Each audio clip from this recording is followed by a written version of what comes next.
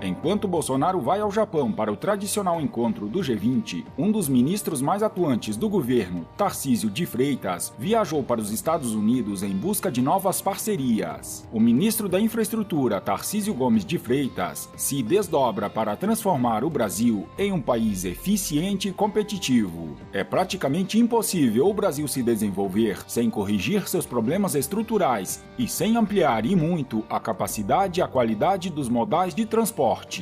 O ministro embarcou para Washington com o objetivo de desenvolver as ferrovias brasileiras. Freitas vai assinar um memorando de cooperação com o Departamento de Transporte dos Estados Unidos. Um dos objetivos é criar a parceria ferroviária Estados Unidos-Brasil, que colocaria integrantes dos governos dos Estados Unidos e do Brasil, além de representantes do mercado, juntos em agendas de trabalho, num ambiente para fomentar a regulamentação e os investimentos no setor ferroviário brasileiro. Freitas também fará um giro pelos Estados Unidos para apresentar o plano de concessões de aeroportos, rodovias, portos e ferrovias. A gente tem conversado com investidor estrangeiro todos os dias e eles vão vir para cá. Então o capital vai entrar. Por isso que eu estou otimista, eu não tenho razão para não estar. E eles conversam com a gente, e colocam as suas preocupações. Existem alguns riscos que a gente tem que mitigar e eles estão sendo mitigados. E o principal risco que é colocado é o risco da insolvência. É o medo do Brasil ser insolvente. E nós vamos mitigar esse risco. O que está todo mundo esperando e vai ser a grande alavanca? Reforma da Previdência. Está todo mundo esperando a reforma da Previdência. O investidor estrangeiro está ali, armado igual um potó, doido para botar dinheiro no Brasil, esperando a reforma. Quando a reforma passar, o investimento estrangeiro direto, que já cresceu 28%. Porque todo mundo fala, o Brasil encolheu 0,2%. A economia está andando de lá, tá. Mas o investimento estrangeiro direto cresceu. E vai crescer mais. E quando a reforma da Previdência passar, vai explodir. Porque ninguém quer se submeter ou botar dinheiro num país insolvente, porque a insolvência traz efeitos colaterais. A insolvência vai trazer de volta a inflação, a insolvência vai destruir o nosso câmbio. E ninguém vai tirar dinheiro em moeda estrangeira da sua matriz, vai comprar um fluxo de caixa em real para ter o valor destruído por esses dois efeitos colaterais. E depois não ter o que devolver. Mas a reforma vai passar. E eu não tenho dúvida que ela vai passar. Porque ela está caminhando bem. E o Brasil é um país muito interessante, tem acontecido coisas aqui inusitadas. É o único país do mundo que a população foi para a rua pedir reforma da Previdência.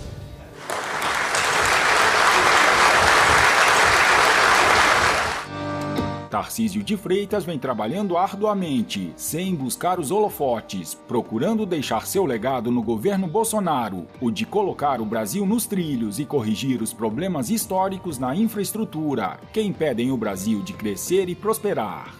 Enquanto a classe política tenta frear, a locomotiva Brasil segue em frente. Se os habitantes do covil parlamentar tivessem 1/10 do patriotismo, dedicação e capacidade do ministro Freitas, o Brasil seria um país eficiente e desenvolvido.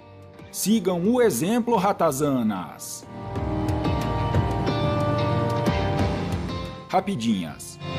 Falando em covil, o senador Lazier Martins classificou o projeto de abuso de autoridade, que criminaliza o abuso de autoridade praticado por juízes e procuradores, como algo inacreditável. Em conversa com o site O Antagonista, Martins declarou: "Eles querem abrir uma janela para questionar a atuação da justiça. Vão criar hipóteses para a retaliação. É muito grave. É exatamente isso.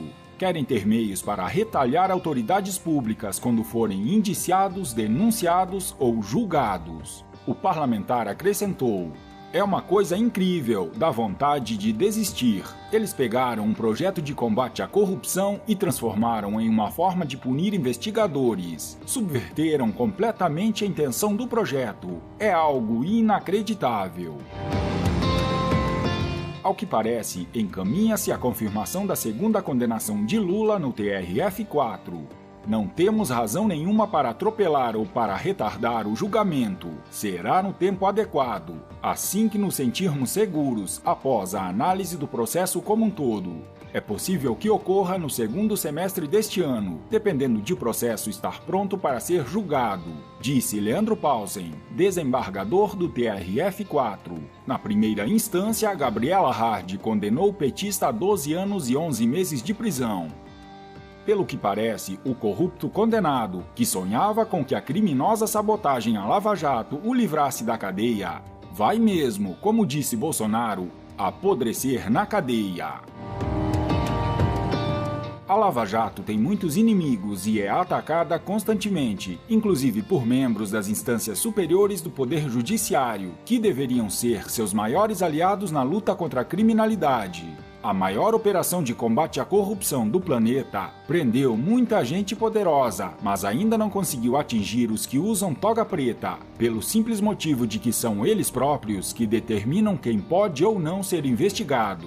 Delações que revelam ligações suspeitas de membros do judiciário com condenados na Lava Jato têm aos montes, mas ninguém consegue fazer nada. Depois do aviso direto e da censura descarada contra a revista Cruzoé, dificilmente outro veículo de comunicação terá coragem de denunciar desvios das vossas excelências. Se os Supremos Togados quisessem ou se lhes interessasse, a corrupção no Brasil já teria sido extinta há muito tempo. Ao invés de aproveitar a oportunidade única de fazer realmente justiça no Brasil e declarar tolerância zero contra a bandidagem, unindo-se à Lava Jato e trabalhando em conjunto com quem quer realmente combater as organizações criminosas, o que presenciamos é exatamente o contrário.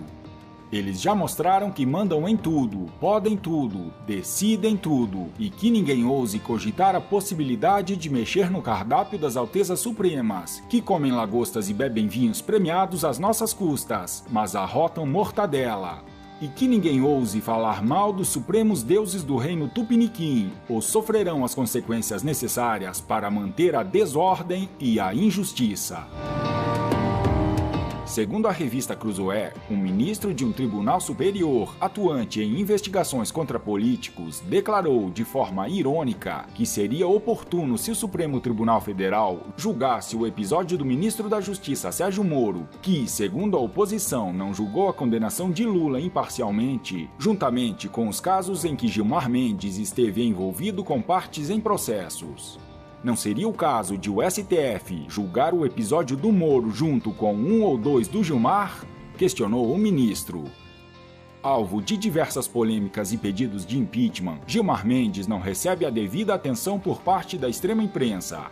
No pedido de impeachment protocolado pelo jurista Modesto Carvalhosa, há 32 casos de quebra de responsabilidade e falta de decoro do ministro, que podem ser entendidos como crime de responsabilidade. Mas, para a mídia vermelha e marrom, criminoso mesmo é Sérgio Moro, protagonista de conversas vazadas ilicitamente, sem qualquer garantia de autenticidade, mas que demonstram tão somente a sua perseverança na luta contra a corrupção.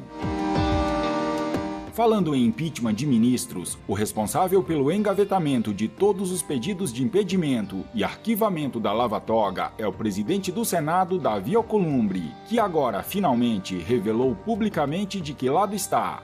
Durante um jantar, ele falou a respeito de Moro. Se fosse deputado ou senador, estava no Conselho de Ética, cassado ou preso. Se aquilo for tudo verdade, esse que é o problema. Aquilo é verdade, vai comprovar. Aquela conversa não era para ter sido naquele nível entre o acusador e o procurador. Se isso for verdade, eu acho que vai ter um impacto grande. Alcolumbre também aposta contra Bolsonaro e no mesmo jantar declarou: está muito aberta a eleição de 2022. O que aconteceu em 2018? O Brasil se dividiu. Essa nova metodologia do presidente, acho que vai ter sua parcela. Não tem como ele não ter 20%. Todo candidato a governador tem 20, 25%, mas tem 75% do outro lado. É muito difícil ter 51% num país do tamanho do Brasil. O presidente do Senado pavimentou seu caminho rumo às graças do PT e se tornou o xodó de Gleisi. Só bastou se declarar contrário a Moro e a Bolsonaro que a líder do PT, Gleisi Hoffmann, compreendendo que encontrou um aliado vermelho, tuitou: "Vamos pedir o apoio do senador Alcolumbre para a CPI de investigação a Moro, Dallagnol e procuradores da Lava Jato. É o caminho." Alcolumbre, dia a dia, vai demonstrando ter sido um bom aluno de Renan Calheiros e segue rigorosamente o mesmo caminho do seu professor. Sérgio Moro e Bolsonaro agora sabem com quem estão lidando. Aquele papinho de acordo pelo Brasil já pode ser queimado por Bolsonaro. O ministro da Economia, Paulo Guedes, elogiou as mudanças no mercado de gás brasileiro, aprovadas na última segunda-feira pelo Conselho Nacional de Política Energética, CNPE. Segundo Guedes, o plano para a abertura do mercado de gás natural no Brasil pode contribuir para uma redução de 40% no preço da energia no país em cerca de 2 anos. Um choque de energia barata é tudo o que todos sonham. Tem muita coisa boa quando se faz uma coisa como essa. Estamos super otimistas que isso vai fazer o Brasil crescer, afirmou o ministro. De acordo com Guedes, o Brasil já quebrou o monopólio na produção e agora vai quebrar também o da distribuição. Isso então é que deve reduzir o preço da energia, e os cálculos são esses. Eu tinha uns cálculos até um pouquinho mais otimistas. Pode ser que a energia caia cerca de 40% em menos de 2 anos até. Enquanto os bandidos da quadrilha canhota tentam atacar, cometendo crimes, a Operação Lava Jato, ela segue firme e forte prendendo corruptos milionários e recuperando dinheiro roubado da população brasileira que está espalhado pelo mundo. A força-tarefa da Lava Jato de Curitiba conseguiu o bloqueio de cerca de 113 milhões de reais depositados em um banco no paraíso fiscal das Bahamas, na América Central. A conta é ligada a Paulo Vieira de Souza, conhecido como Paulo Preto e acusado de ser o operador de propinas do PSDB em São Paulo durante o governo do senador tucano José Serra, de 2007 a 2010. Paulo foi denunciado pelo Ministério Público Federal na Operação Lava Jato em Curitiba por ajudar um suposto operador de propinas da Odebrecht, o advogado Rodrigo Tacla Duran, que vive foragido da justiça brasileira na Espanha, a lavar dinheiro ilícito. Na Lava Jato de São Paulo, Paulo Preto já foi condenado 2 vezes por crimes ligados à construção do Rodoanel Mário Covas, na região metropolitana da capital paulista, em uma das sentenças a 145 anos e na outra a 27 anos de prisão. A partir da conta em Bahamas, foram realizadas ao menos 7 transferências entre 2017 e 2019, que somaram mais de 5 milhões de dólares, conforme discriminado na peça acusatória. Os caciques do PSDB e membros do Judiciário temem e muito a delação de Paulo Preto, que pode tirar togas de ministros e arrancar as penas dos tucanos.